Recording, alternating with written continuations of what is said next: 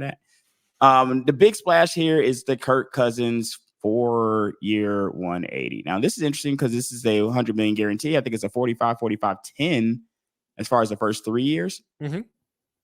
Thoughts real quick on this. Love it. I don't have a problem with it. He's a top free agent quarterback on the market. We knew we had to overspend if we're going to get a quarterback in this to be competitive, to be in the conversation. I know everyone's freaking about numbers, but you can always tie it in a bonus, right? And look what the Bills just did. They gave more Josh Allen bonus money to free up cap money. They, same thing with Mahomes. Did the same thing. It's not like you were tied to him for it's 2 years. Really, if you look at the contract, it's like everyone freaked out. It's like you got to take a step back and look at the guarantee money, look at what it all entails. I mean, it's essentially they paid $50 million up front. It's essentially $25 to $30 million a year. It doesn't kill our cap. We can still make moves. We're still a competitive team. It's right. It is what it is. I don't think it's not. It's like when you see NBA free agent contracts, it's kind of very similar. Everyone freaks out about the first number.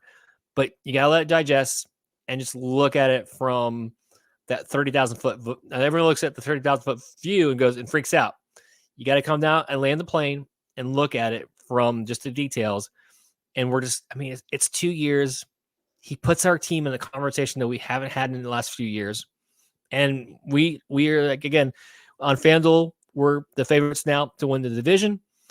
And I think that's fun. It's fun to be in the conversation again. It's fun to have, it's fun to wake up on Sundays going forward in fall. We have a competitive team, and that's why I'm looking at it.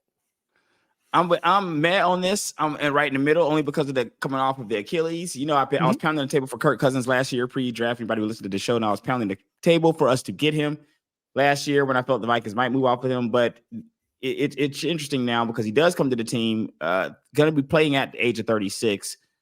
With the coming off the torn Achilles, I'm cautiously optimistic though, and feel like this is not a move where I'm upset about it whatsoever. I'm in the middle, and I'm cautiously optimistic. We'll see what happens here.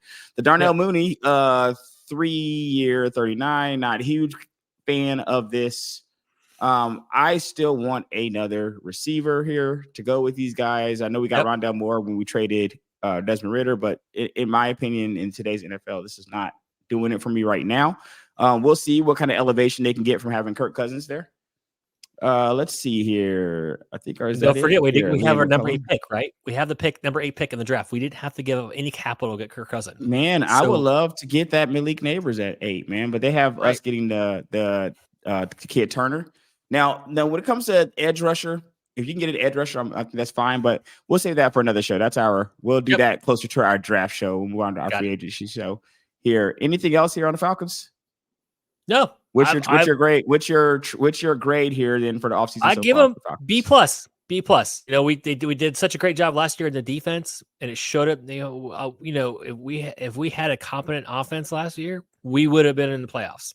That defense was bar none, held that team together for 3 quarters. They just didn't. They needed that 4th quarter quarterback, and now I think we had that with Kirk Cousins. So I give it a B+. Okay, I'm gonna go one lower than you because I think you're a little bit more excited than Kurt than I am. So I'm gonna go B. I'm gonna go a B, and if we can somehow make some more wide receiver moves here, that grade could probably go up a little bit there.